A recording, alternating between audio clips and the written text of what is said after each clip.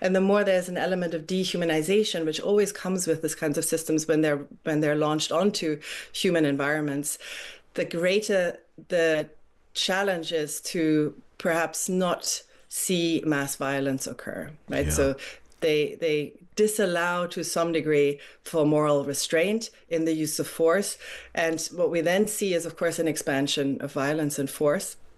And almost always in the context of warfare, civilians tend to bear the brunt of that. Thousands of targets have been hit by the US and Israel's airstrikes on Iran, which have intensified overnight.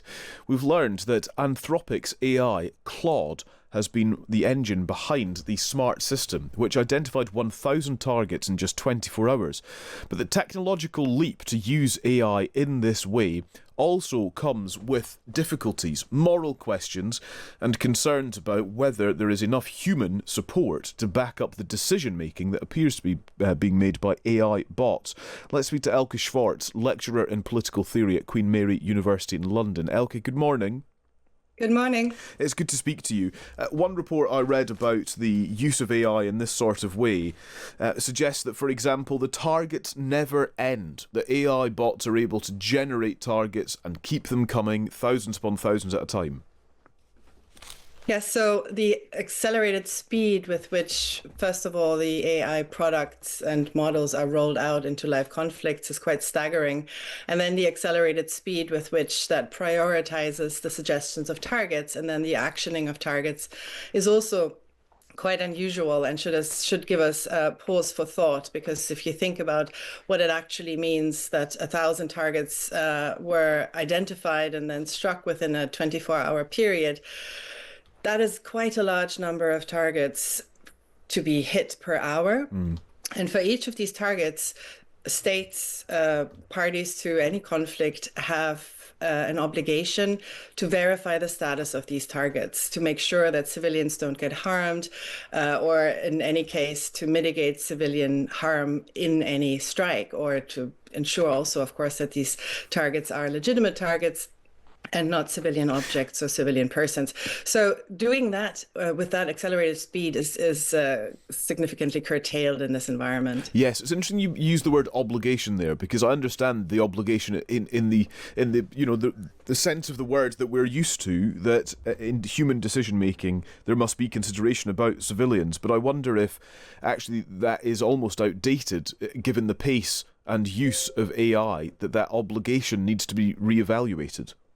No, I don't think that can be the case. The obligations are there because war and violence and conflict is a really horrible, horrible state of affairs. It should not be the norm. It can only ever be the exception. And the laws of war and armed conflict, the ethics of war, which has a centuries-long tradition, has as a foundation civilian harm mitigation. So we cannot adjust our laws and the obligations that we have to other humans in accordance with the technology that is being rolled out, perhaps before it is sufficiently tested, before it is perhaps sufficiently tried. We have to remember many of these products and AI models, especially Claude, for example, they're quite new, right? In the grander scheme of things, they're relatively new types of models.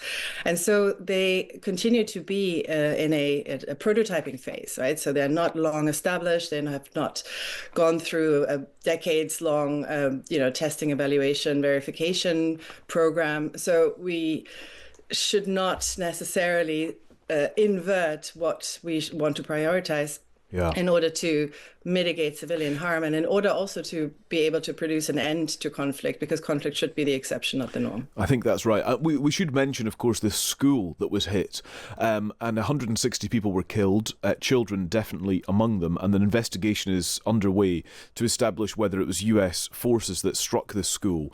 And it could, and the investigation continues, Elke, but it could prove to be an example of where AI has, if I can put it colloquially, has overstepped the mark, and human beings have not intervened in the process of the AI decision making, if you like, where humans have almost taken a step back and let the machine do the decision making.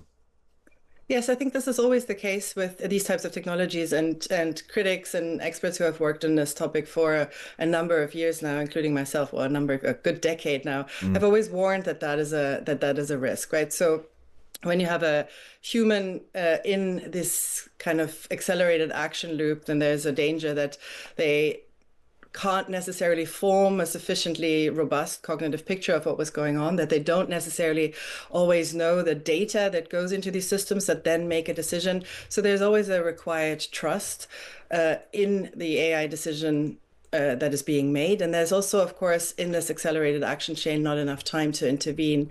So this leads to what we call an automation bias and an action bias, by which the action happens before a human can actually intervene. But we mustn't forget that humans also always make the decision to use these kinds of systems and should be aware that there are risks with these systems, right? The risk is that data that is being fed into an AI model is perhaps outdated or is not quite accurate or isn't processed in the way it should be. We know, for example, that large language models like Claude and others as well have a tendency to hallucinate, more broadly speaking. We know that any AI system is only as good as the data it is trained on and it is given.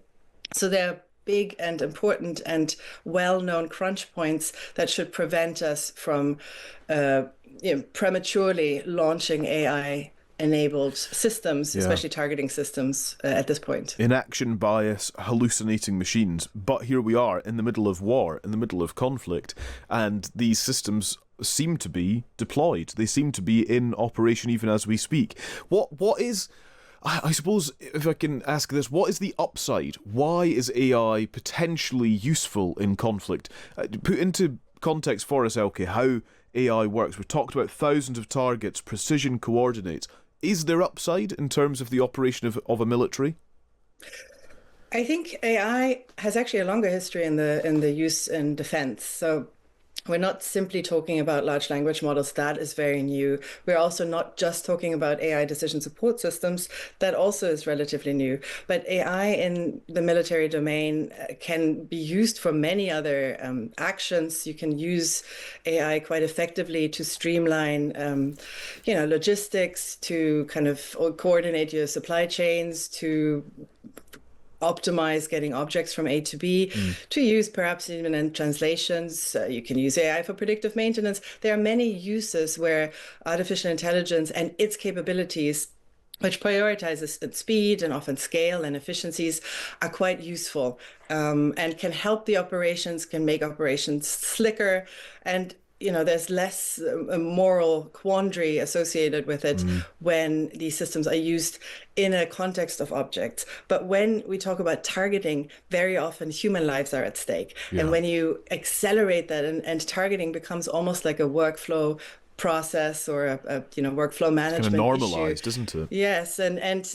there's a scholarship that attests to the fact that the more these kinds of actions in relation to humans are routinized, the more there's a kind of an authority to abdicate your responsibility to, and the more there's an element of dehumanization, which always comes with these kinds of systems when they're launched onto human environments, the greater the challenge is to perhaps not see mass violence occur, right? Yeah. So they disallow to some degree for moral restraint in the use of force.